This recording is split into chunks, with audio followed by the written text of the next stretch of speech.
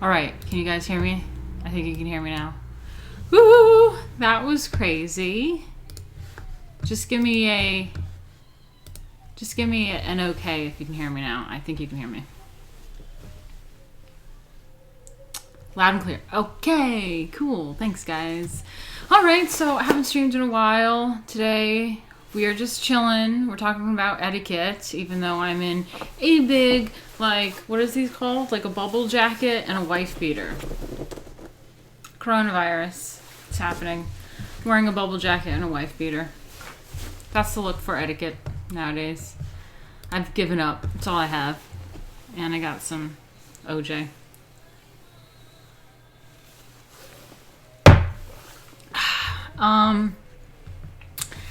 Yeah, so we're talking about etiquette. Oh, shit. I thought I prepped everything and I didn't. It's always something, man. It's always something. Okay, so we have the goal. Let me fix this goal. I'm going to end this goal. We're starting this goal with, what's the calendar? Calendar. This week, I fucked up. Started the 10th to 16th. 10 to 16. Okay. May 10 to 16. We'll do a modest $300. Let's try that, starting at 0, and we'll end on the 17th.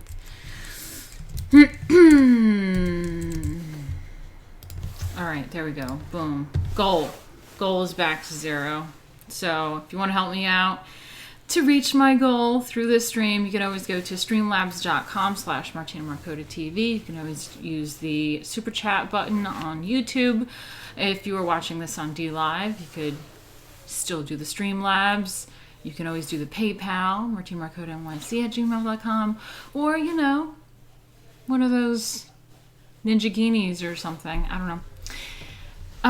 So today we're talking about etiquette. I haven't talked about etiquette in a while. I have been deferring to the art history, but I think we should catch up on this because we had a fun spot that we left over at. And these chapters are starting to have a lot of shit in them, all crammed in there. So There's a lot of stuff to go through. Hopefully we can get through it tonight, okay? Because I gotta make some dinner and chill with fam. But we have becoming furniture. So, you know, furniture that is becoming of a home. The blindness of sentiment. I can see where that's going. To determine an object's worth.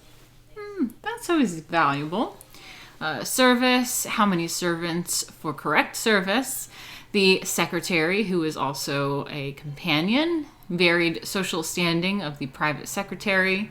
The social secretary, the housekeeper, the organization of a great house. That sounds fun. The butler. Ooh, getting fancy now, are we? The butler in a small house. Okay, a little fancy. What the butler wears. The house footman. Oh, I want to know what that is. The footman's livery. The cook. Ooh. How a cook submits the menu. Ooh, love that. The kitchen maid. The parlor maid. I think we spoke about that with the cards that they leave over at the house. The house cards. Visiting cards. The visiting cards. The parlor maid handles them. The housemaid. Uniforms. Oh, God, this contact is bothering me. Ooh. Oh. Hashtag etiquette goals. Tongue out. Oh, Wonder Girl 60s. Nice to see you. Thanks for coming by. Donation for some etiquette. What'd she say again?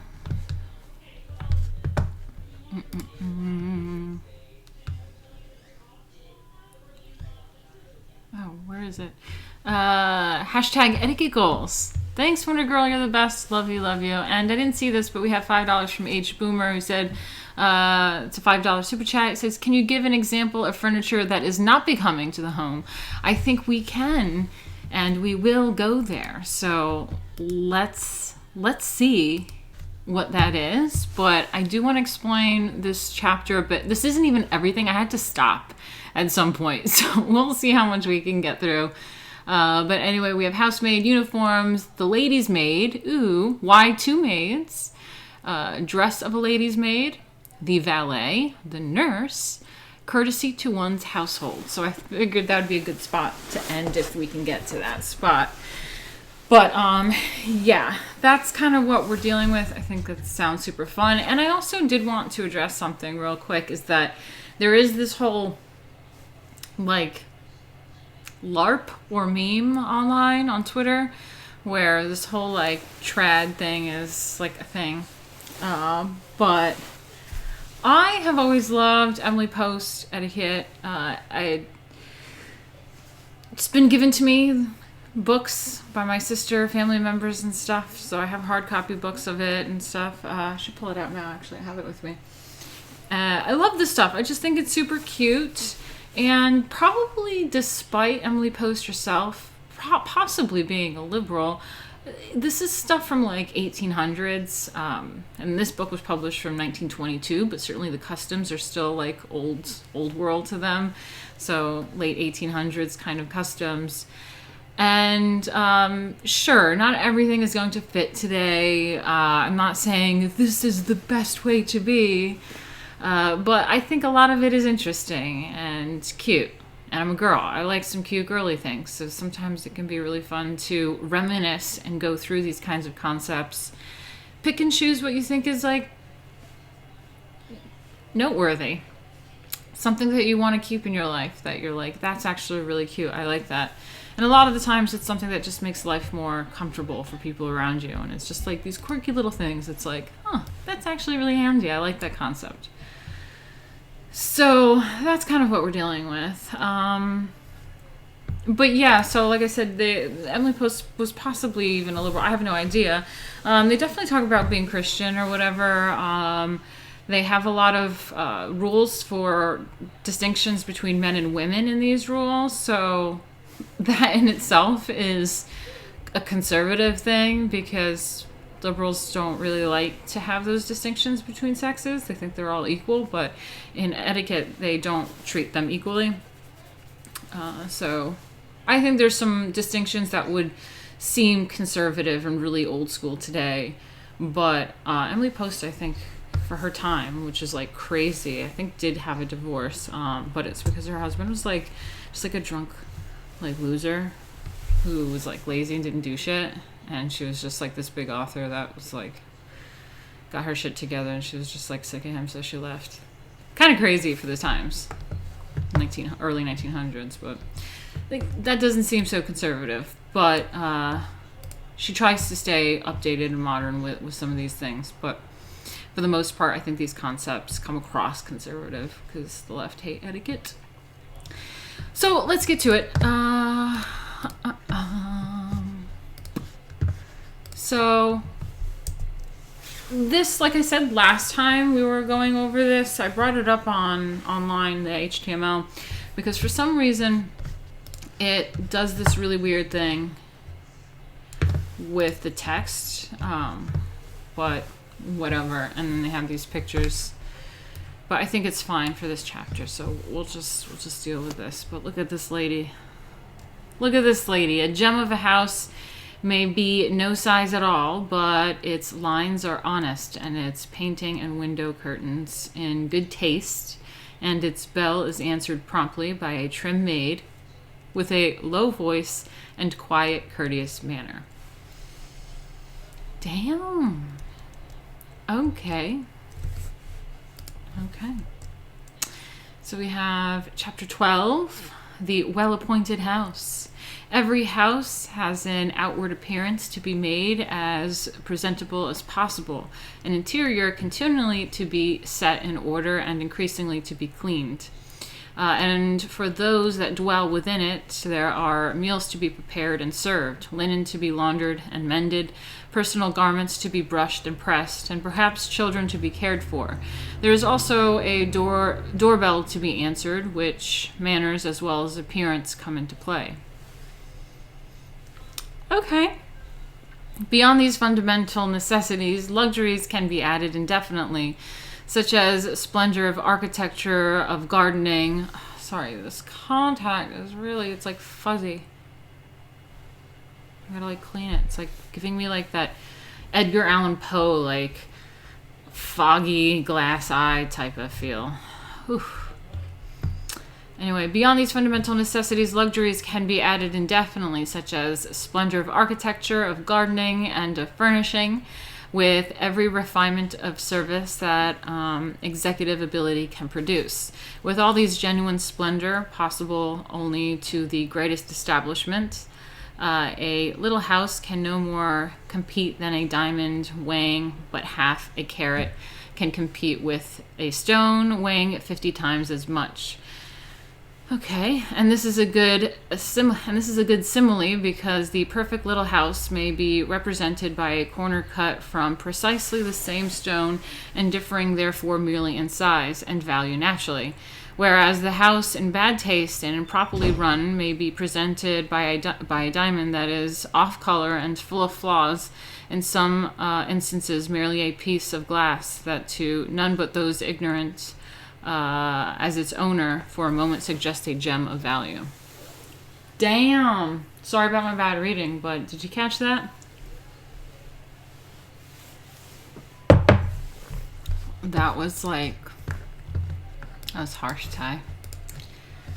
That was harsh. Let me see what you guys are saying. Okay.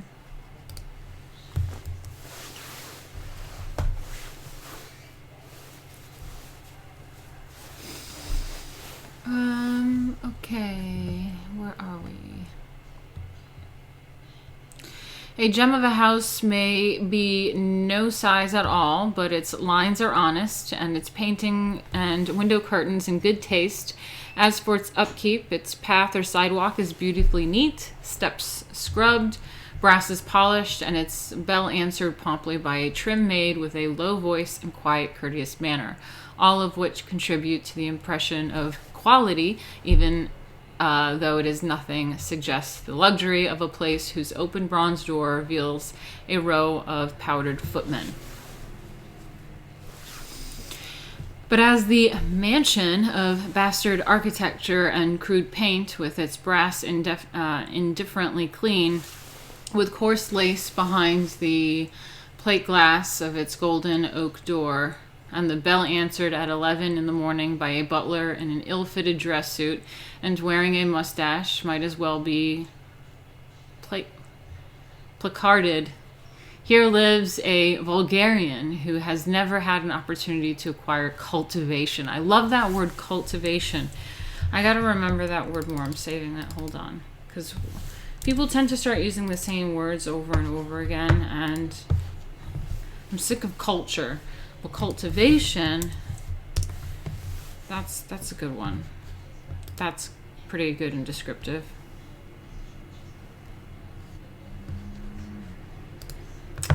But yeah, here lives a vulgarian who has never had the opportunity to acquire cultivation. As a matter of fact, the knowledge of how to make a household distinguish both in appearance and in service is a much higher test than presenting a distinguished appearance in oneself and acquiring presentable manners. There are any number of people who dress well, but in every way appear well, but a lack of breeding is apparent as soon as you go into their houses. Their servants have not good manners. They are not properly turned out. The service is not well done. The decorations and furnishings show lack of taste and inviting arrangements. The personality of a house is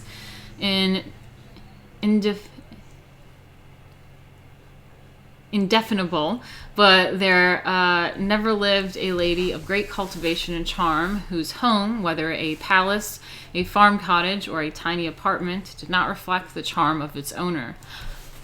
Oh, cute. Every visitor feels impelled to linger and is loath to go. Houses with personality are a series of rooms with furniture in them. Sometimes their lack of charm is baffling. Every article is correct and beautiful, but one has the feeling that the decorator made chalk marks indicating the exact spot which each piece of furniture is to stand. Other houses are filled with things of little intrinsic value, often with much that is shabby, or they are perhaps empty to the point of barrenness, and yet they have that inviting atmosphere and air of unmistakable quality, which is an unfailing indication of high-bred people. Cute. Okay, so here's the becoming furniture. Oh my god, this house is so old school, but I love it. Suitability is the best of good taste always. The manner to the moment, the dress to the occasion, the article to the place, the furniture to the background, and yet to combine many periods in one and commit to anachronism, to put something French, something Spanish, something Italian, and something English into an American house and have the result the perfection of American taste is a feat of legerdemain. What is this? That has been accomplished time and again. Hold on, let me see what this word is. Don't know this word. Let's see. Legerdemain. Legerdemain. Legerdemain. Legerdemain. Legerdemain. Okay, skillful use of one's hands when performing conjuring tricks. When performing conjuring tricks. Oh my god, what? It's a sleight of hand refers to fine motor skill when used by performing artists in different art forms to entertain or manipulate. It is closely associated with close-up magic, card magic. I should know that because I love magic. Legerdemain. Legerdemain. Okay, so interesting use of it. Okay, so and yet to combine many periods in one and commit no anachronism, to put something French, something Spanish, something Italian, and something English into an American house and have the result the perfection of American taste is a feat of legerdemain that has been accomplished time and time again. Okay, so it's a bit of a little magic trick, but I guess it has been accomplished. The personality of a house is... Oh, we already read that. Okay. A woman of great taste follows fashion in house furnishing. It's true. Just as she follows fashion in dress. Love that. A woman of great taste follows fashion of house furnishing just as she follows fashion in dress. I dig that. In general principles only. She wears what is becoming to her own type, and she puts in her house only such articles that are becoming to it. I get that. I get that. You have your style and taste, not just with your personal fashion, but with your home. I love that. Ledger domain. Let me see.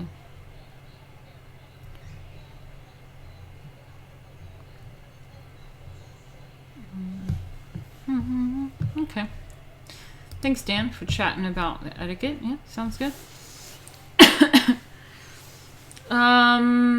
That a quaint old-fashioned house should be filled with quaint old-fashioned pieces of furniture in size proportionate to the size of the rooms, and that rush-bottom chairs and rag carpets have no place in a marble hall need not be pointed out. But to an amazing number of persons, proportion seems to mean nothing at all.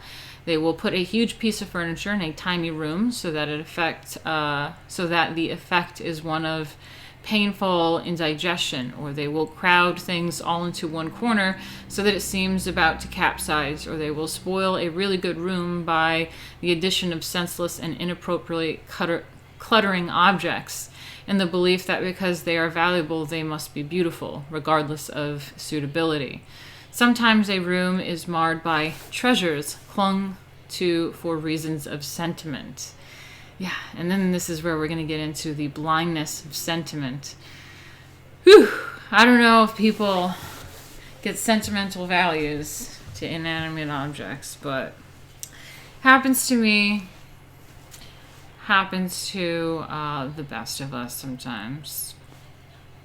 There definitely needs a balance. It is almost impossible for any it is almost impossible for any of us to judge accurately of things which we have throughout a lifetime been accustomed to.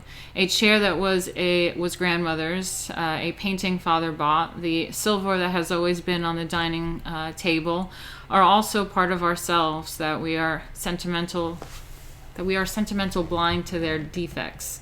For instance, the portrait of a colonial officer, among others, has always hung in Mrs. Oldname's dining room. One day, an art critic, whose knowledge was better than his manners, blurted out, "Will you please tell me why you have that dreadful thing in this otherwise perfect room?" Mrs. Oldname, somewhat taken aback, answered rather wonderingly, "Is it dreadful? Really? I have a feeling of affection for him and his dog." The critic was merciless. If you call a cotton flannel effigy a dog, and as for the figure, it is equally false and lifeless. It is amazing how anyone with your taste can bear looking at it. In spite of his rudeness, Mrs. Oldname saw that what he was saying was quite true, but not until the fact had been pointed out to her. Gradually, she grew to dislike the poor officer so much that he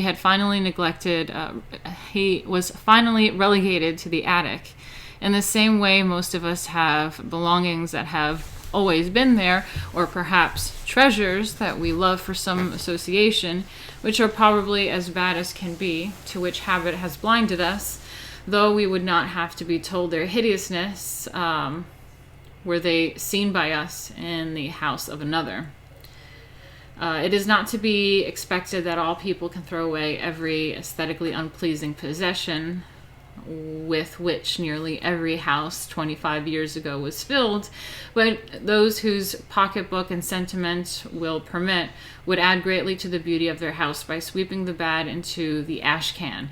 Far better have stoneware plates that are good in design than expensive porcelain that is horrible in decoration. The only way to determine what is good and what is horrible is to study what is good in books, museums, or in art classes in the universities, or even studying the magazines devoted to decorative art. Be very careful, though. Do not mistake modern eccentricities for art. There are frightful things in vogue today: flamboyant colors, grotesque, triangular, and oblique designs that cannot possibly be of anything other than bad, because aside from striking novelty, there is nothing good about them. By no standard can a room be in good taste that looks like a perfume manufacturer's fantasy or a design reflected in one of the distorting mirrors that are mirth provokers at a country fair. At country fairs.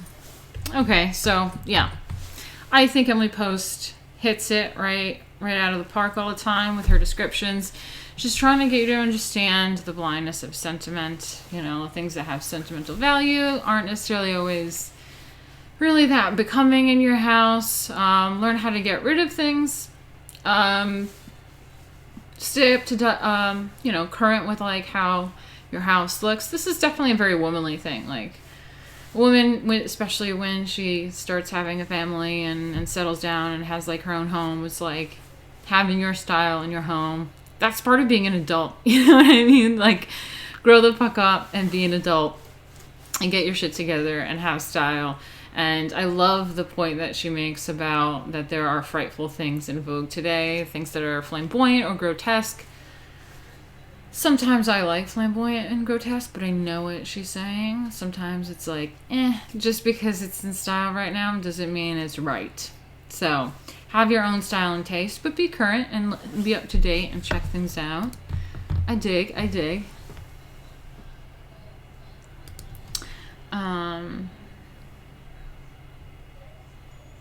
Anyway, how are you guys doing? You okay?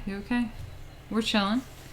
So, don't forget, guys, if you want to help me out, you can always go to streamlabs.com/Martina Markota TV. You can also go to the super chat button on YouTube or on D Live. Do whatever. Shit, this bubble jacket's getting hot now. Whew. Not very talkative, guys. What's going on? Any questions? Have you been paying attention to what I'm saying at all about furniture and things in your house? Alright.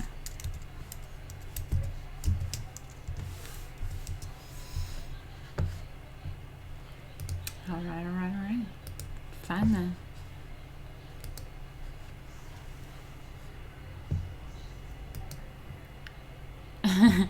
Dan said, hey, I'm all kinds of talkative. He said, although it's interesting that etiquette suggests one should give at least some thought to those outside the home when decorating one's home. That's true. This can transfer over to one's personality as well. And Jay's just listening while I'm reading him Emily Post. All right. Sounds good. Get back to it, I guess. Where are we?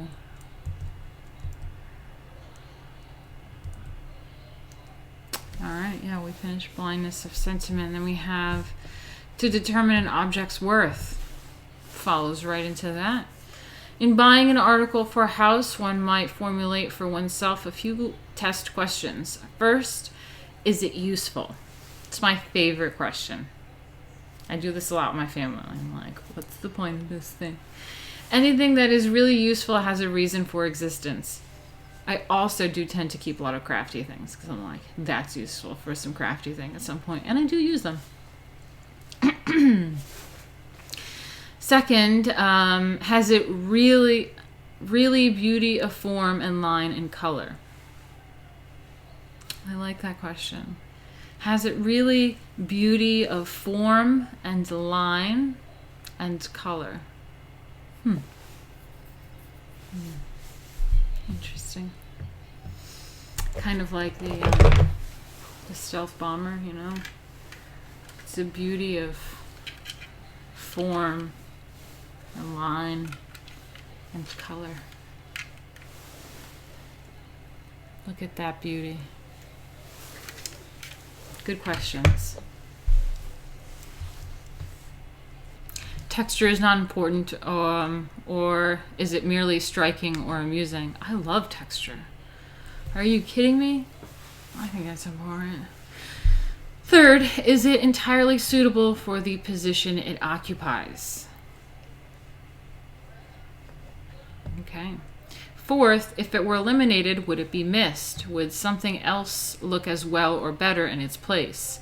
Or would its place look as well empty? A truthful answer to those questions would at least help in determining its value, since an article that failed in any of them could not be perfect. Fashion affects taste. It is bound to. We abominate Louis XIV and Empire styles at the moment because curves and super ornamentation are out of fashion. This is true. When she was talking, it was definitely like Dadaist, futurist, really clean, simple lines. I mean, I even think Art Deco was pretty like futurist with a little bit of decoration, with some decoration. But it's still pretty futurist actually. So when she was writing about this like old-timey stuff, that was like the fine arts, the beaux arts type of aesthetic was really not in vogue when she's talking. So yeah, that like really upper class like Louis XIV and Empire kind of stuff, super ornamentation was out of fashion. Whether they are really bad or not, time alone can tell. At present, we are admiring plain silver and are perhaps exacting that it be too plain. The only safe measure of what is good is to choose that which has best endured. The king and the fiddle pattern for flat silver have both been in use in houses of the highest fashion ever since they were designed, so that they, among others, must have merit to have such long endured. In the same way, examples of old potteries and china and glass at present being reproduced are a very likely. Sorry, let me read this again. At the same way, examples of old potteries and china and glass at present being reproduced are very likely good because after having been for a century or more in disuse, they are again being chosen. Perhaps one might say that the second choice is proof of excellence. Okay, so usually things that have endured, they have style for a reason, even if it's not super in vogue right now.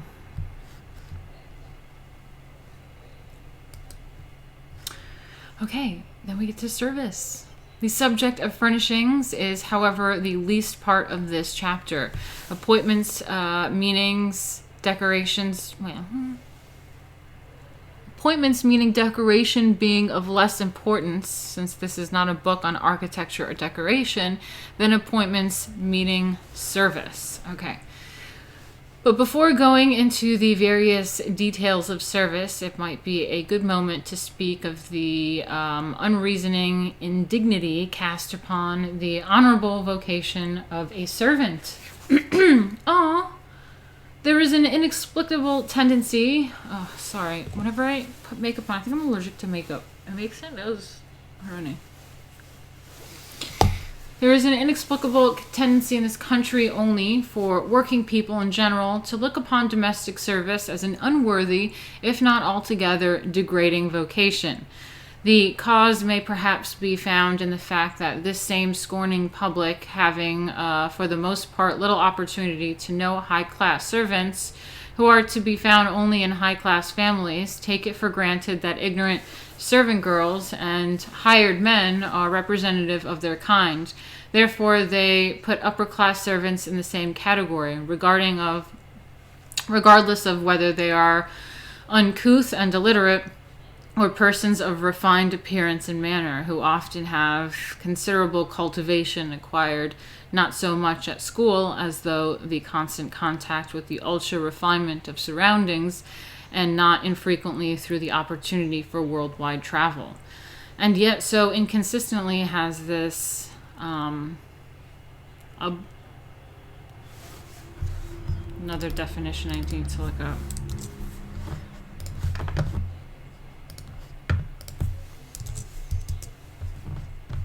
Obloquy. Obloquy. Obloquy. Obloquy. Strong public criticism or verbal abuse. Woo! Obloquy. Obloquy. Obloquy. Okay. And yet so insistently has this obloquy of word servant spread that everyone sensitive to the feelings of others avoid using it exactly as one avoids using the word cripple when speaking to one who is slightly lame. You see what I'm talking about? Like, she's probably like a Democrat or like a liberal in her time, but that sounds pretty non-PC. You know what I mean? So I'm taking this as like pretty conservative stuff. So let me read that again. And yet so insistently has the obloquy, and yet so insistently has this obloquy of the word servant spread that everyone sensitive to the feelings of others avoids using it, exactly as one avoids using the word cripple when speaking to one who is slightly lame. Yet are not the best of us servants in the church. See, again, talking about the church. Yet are not the best of us servants in church, and the highest of us servants of the people and the state. That sounds pretty patriotic to me, too. That's incredible. It's a great sentence.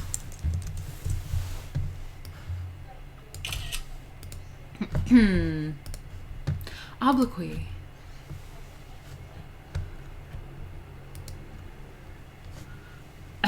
Yeah, that's true, Jay. The Overton window has shifted so much to the left that she'd be considered far-right extremists today.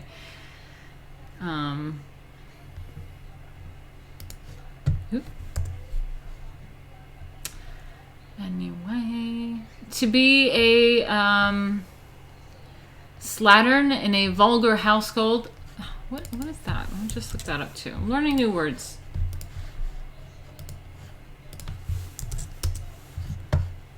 Slattern.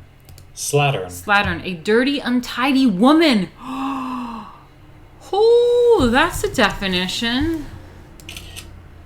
It's a dirty, untidy woman. Slattern. Oh my god. No more thought, guys. Now we're doing slattern. Okay? Slattern. What a slattern. That's a thing now.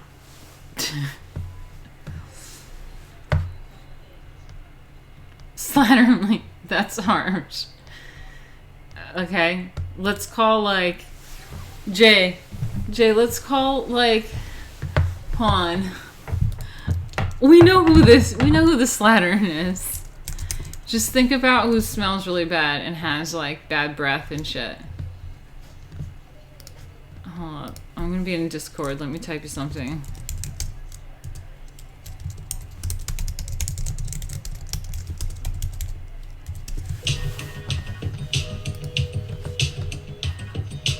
Steven. I, for one, find my manservant and ladies at waiting to be absolutely indispensable. How else would a gentleman prepare for the day without tea and crumpets brought promptly? Okay, Stephen 4X gave $50. Thanks. He said, I, for one, find my manservant and ladies at waiting to be absolutely indispensable. How else would a gentleman prepare for the day without tea and crumpets brought promptly forth? Thank you, Stephen. I'm not sure if you're saying that a little bit too cumbersome. Remember when like she was talking about how not to say things, it was the most ridiculous thing? I have a feeling you put a little bit of that in there. Thank you for that. And the tea and crumpets. He's British, people. He's British. It's not even a joke.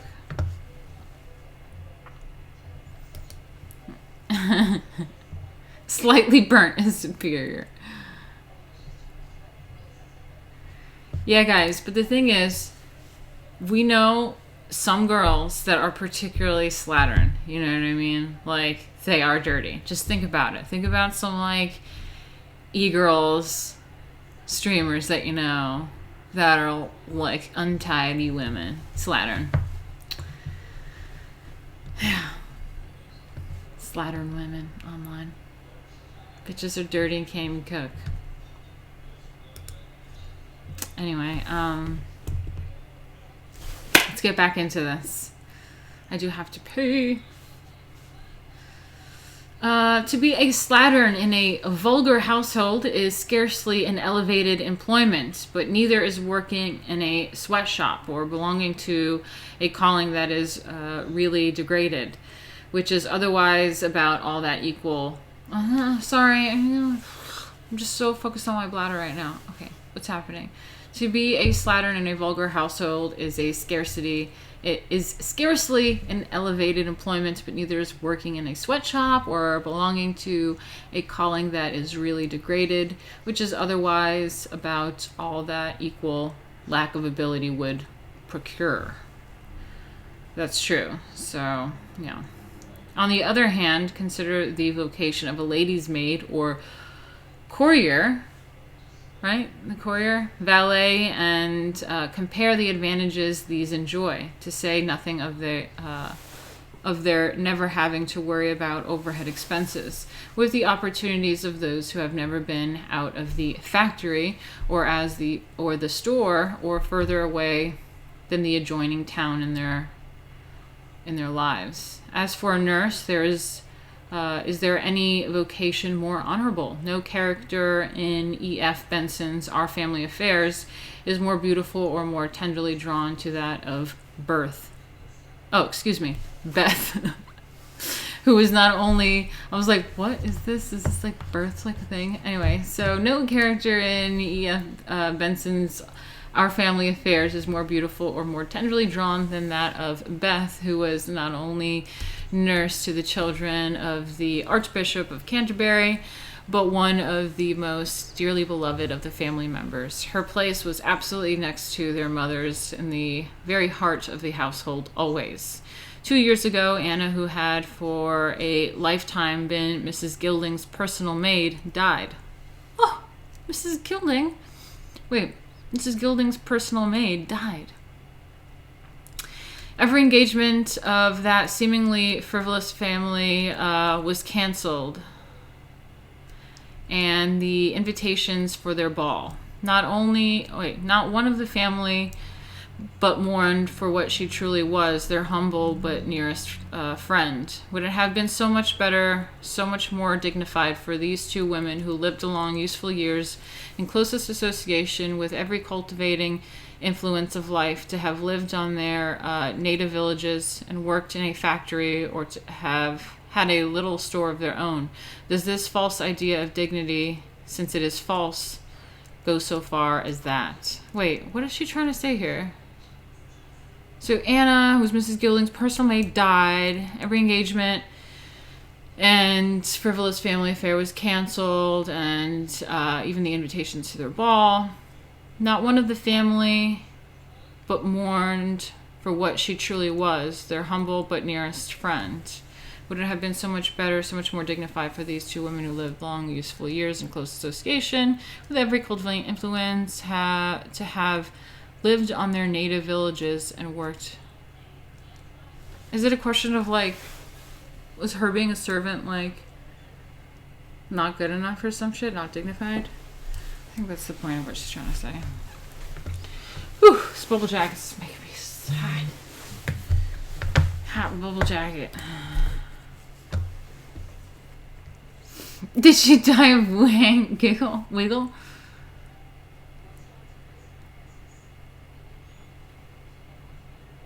Yeah, I don't know what's it's all about native villages. Like, I don't get it either. But it's there, I swear. Like, you can read it.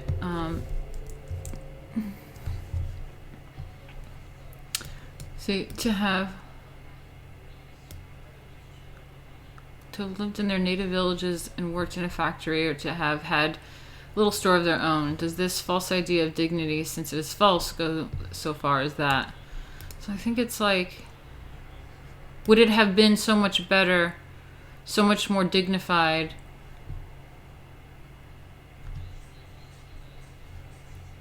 to live in their villages and work in a factory and have or have a little store of their own? Okay, that's what they're saying. Does that make them more dignified if they lived in their hometown? Oh shit. They lived in their hometown and just like did their own little shit. Like, no, they're still dignified. How many servants for correct service? It's a good question. It stands to reason that one may expect more perfect service from a specialist than from one whose functions are multiple.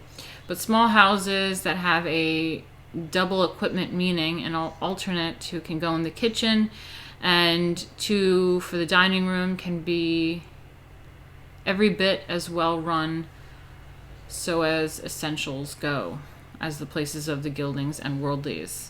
Okay, so you can have like alternates and people that swap around and do things in a small household. So this is interesting too, of the concept of like having like help in the house. Even like small homes back in the day had it. Like people think that that's just like some modern woman type of thing, some feminist woman who can't like run the home all by herself or whatever. If you really want to go trad, a lot of these people had help in the home. The woman didn't just do it's too much to do, like really all of it, and to have like the proper kind of etiquette for one person. They always had help. But yeah, it's not really a modern day like, oh, look at this woman can't like do things without hired help. And it's like, I'm sure she can, but like it is pretty trad to have some help, hired help. But good service is badly handicapped if, when the waitress goes out, there is no one to open the door, or when the cook goes out, there is no one to prepare a meal.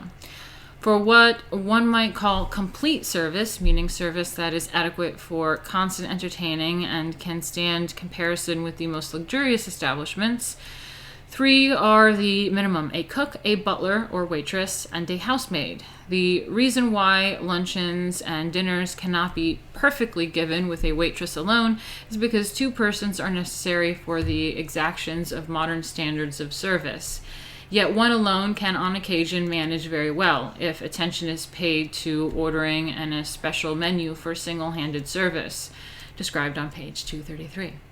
Aside from the convenience of a second person in the dining room, a house cannot be run very comfortably and smoothly without alternating shifts in staying in and going out. The waitress being on duty to answer bell and telephone and serve tea one afternoon, and the housemaid taking her place the next. They also alternate in going out every other evening after dinner. It should be realized that above the number necessary for essentials, each additional chambermaid, parlormaid, footman, scullery maid, or useful man, I like that, useful man, is made necessary by the size of the house and by the amount of entertaining usual rather than as often as opposed to for the mere reason of show. The seemingly superfluous number of footmen at Golden Hall and great estates are, aside from standing on parade at formal parties, needed actually to do the immense amount of work that houses of such size entail, whereas a small apartment can be fairly well looked after by one alone. All house employees and details of their several duties, manners, and appearances are enumerated below, beginning with the greatest and most complicated establishments possible.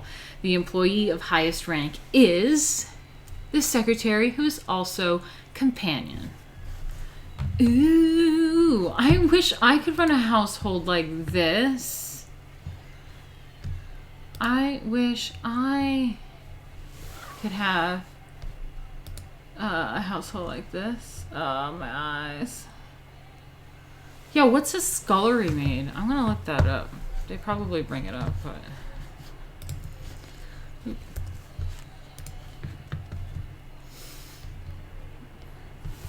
I want my own manservant. His name has to be Jensen. Okay. I want a servant too. This sounds so lovely. Slattern. Oop, no. What is it? Scullery maid?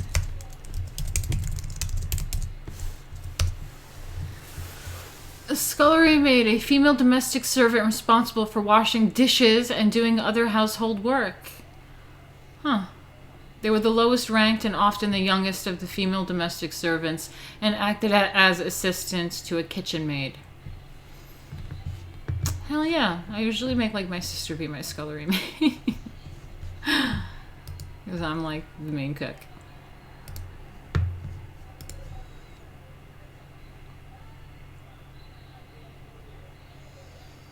I just get my kids to do that, says Stan.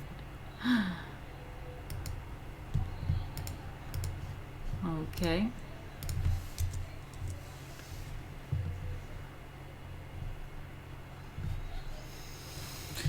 Oh, where are we at? Okay. We are about an hour in. 55 minutes in. About an hour, I'll have a little bit of break. Okay. Where are we? Okay, so the highest rank is the... Let me change views for you guys real quick.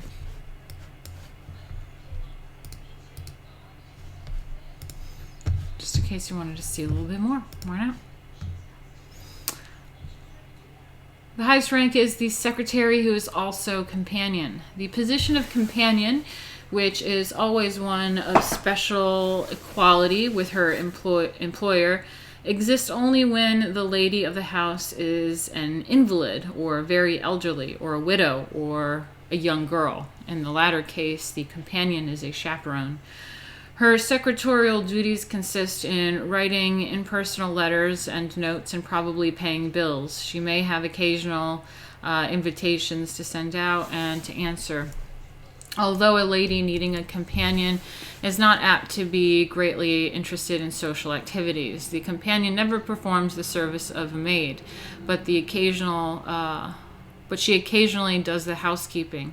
Otherwise, her duties cannot very well be set down because they vary with individual requirements. One lady likes continually to travel and merely wants a companion, usually a poor relative or friend, to go with her. Another, who is a semi-invalid, never leaves her room, and the duties of her companion are almost those of a trained nurse. The average requirement is being personally agreeable, tactful, intelligent, and companionable.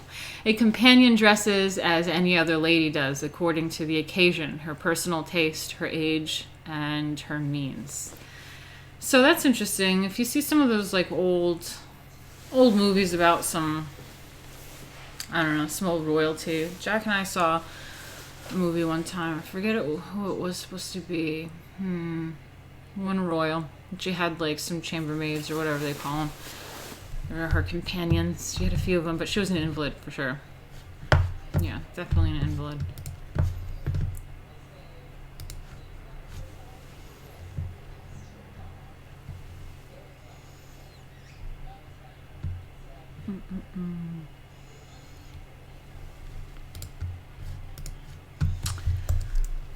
Okay, where are we?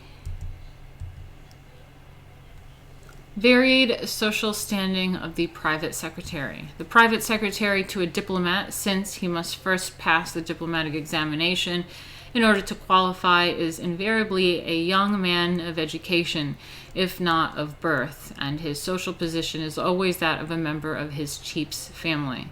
The position of an ordinary private secretary is sometimes that of an upper servant, or, on the other hand, his own social position may be much higher than of his employer.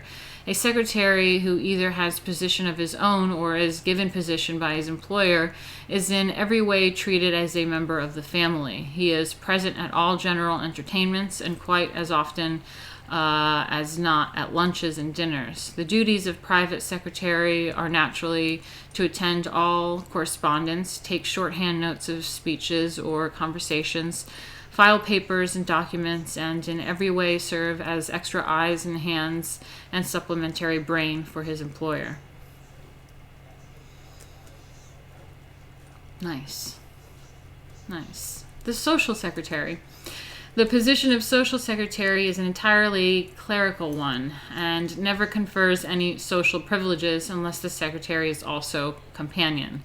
Her duties are to write all invitations, acceptances, and regrets, keep a record of every invitation received and every one sent out, and to enter in an engagement book every engagement made for her employer, whether to lunch, dinner, to be fitted, or to go to the dentist. She also writes all impersonal notes, takes longer letters in shorthand and writes others herself after being told their purpose.